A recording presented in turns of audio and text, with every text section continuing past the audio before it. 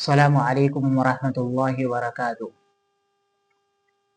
इस दर्स में हम लोग बात करेंगे क़ज़ाए हाजत के आदाब, यानी वॉशरूम में अगर आप जा रहे हैं तो वॉशरूम में जाते वक्त आपको किन बातों का ध्यान रखना है, क्या चीज़ें करनी है और क्या चीज़ें नहीं करनी। नबी सल्लल्लाहु अलैहि वसल्लम ने हमें हर छोटी चीज़ और हर बड़ी चीज़ नबी सल्लल्लाहु अलैहि वसल्लम ने बता दिया है, तो उसका हमें ध्यान रखना है और उसको अपनी ज़िंदगी के अंदर अप्लाई करना है। वॉशरूम में आप जाते टाइम इस बात का ध्यान रखें कि अगर आप वॉशरूम में इंटर हो रहे हो, वॉशरूम में अगर जा रहे हो, बैतुल खला में दाखिल हो रहे हो, तो अपने बाएं पैर को पहले दाखिल करें। पहले लेफ्ट पैर को इंटर करें, उसके बाद में राइट पैर को इंटर करें। ये अल्लाह के नबी सल्लल्लाहु अलैहि वसल्लम ने हमें तरीका सिखाया है कि वॉशरूम में इंटर होते वक्त, दाखिल होते वक्त पहले बायां पैर, उसके बाद में दायां पैर दाखिल करना है।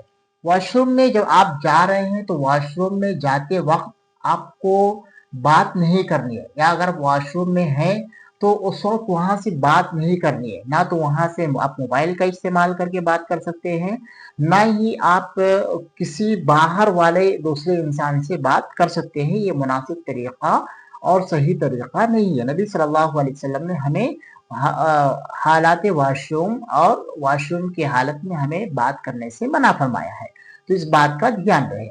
दूसरी चीज, आप वॉशरूम उन जगहों पर करें जो मुनासिब जगह है, यानी अगर आप टॉयलेट है तो वहां पर इस्तेमाल करें। अगर आप खुली जगह जा रहे हैं तो आप वो जगह देखिए जो लोगों से दूर हो और तकलीफ का जरिया ना हो। जैसे एग्जाम्पल के तौर पर रास्ता है, रास्ते पे पेशाब पाखाना कर देना, या इसी तरीके से कहीं पेड़ है उसके साए में पेशाब व पाखाना कर देना, या कोई ऐसी जगह है जो लोगों के लिए आने जाने का रास्ता है या लोगों के बैठने की जगह है, तो वहां पर पेशाब व पाखाना करना नबी सल्लल्लाहु अलैहि वसल्लम ने मना फरमाया है।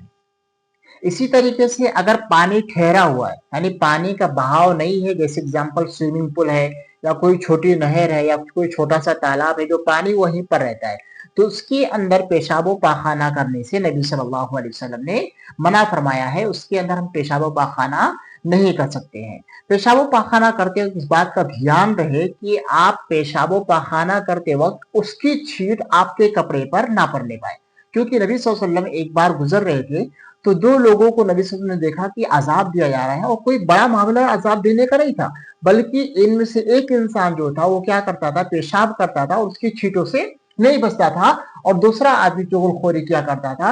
नबी सल्लल्लाहु अलैहि वसल्लम ने फरमाया कि इन दोनों अमलों की वजह से उनको अजाब दिया जा रहा था। तो पेशाब पाखाना करते वक्त ध्यान रहे कि उसकी छींटे आपके कपड़े पर या आपके जिस्म के किसी हिस्से पर पड़ ना पाए। इसी तरीके से आप पेशाब पाखाना करते वक्त उस बात का भी ध्यान रखें कि आप जब सफाई कर रहे हो तो आप पहले पानी का इस्तेमाल करें। पानी है तो बहुत अच्छी बात है, अगर पानी नहीं है तो आप ढेले का इस्तेमाल कर सकते हैं, लेकिन गोबर का या इस तरीके से हड्डी का इस तरीके से इस्तेमाल करना जायज और दुरुस्त नहीं है।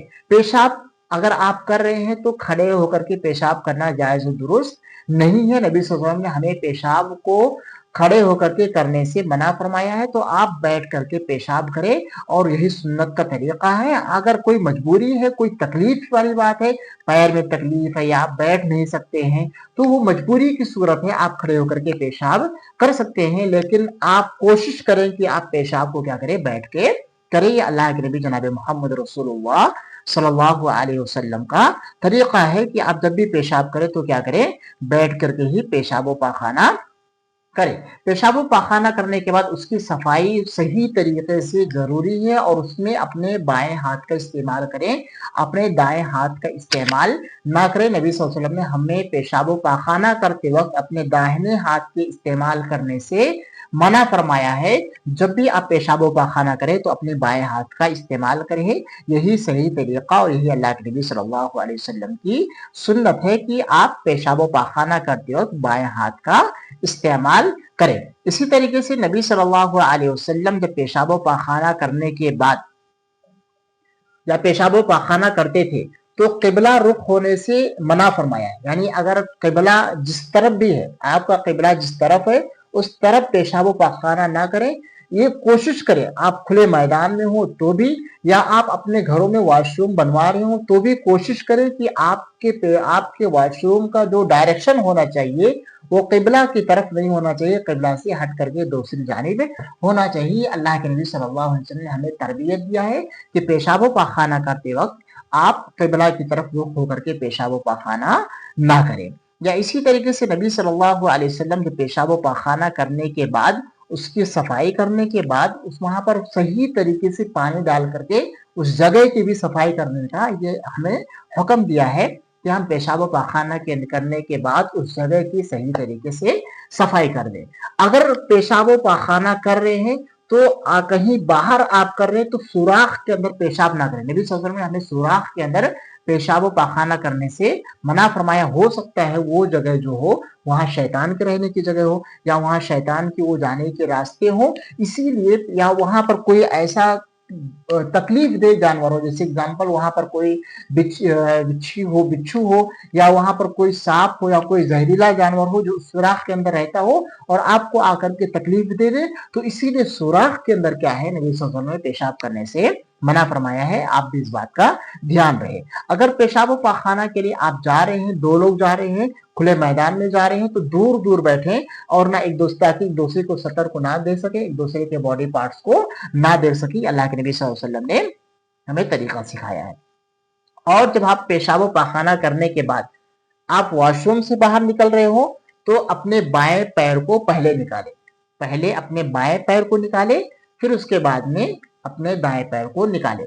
جب آپ واش روم میں انٹر ہو رہے ہو تو واش روم میں انٹر ہوتے وقت آپ دعا پڑھیں، اللہم انی اعوذ بک من الخبث والخبائث، اللہم انی اعوذ بک من الخبث والخبائث پڑھتے ہوئے اپنے بائیں پیر کو انٹر کریں، اور جب آپ واش روم سے باہر نکل رہے ہو تو دعا پڑھیں اللہم غفرانک۔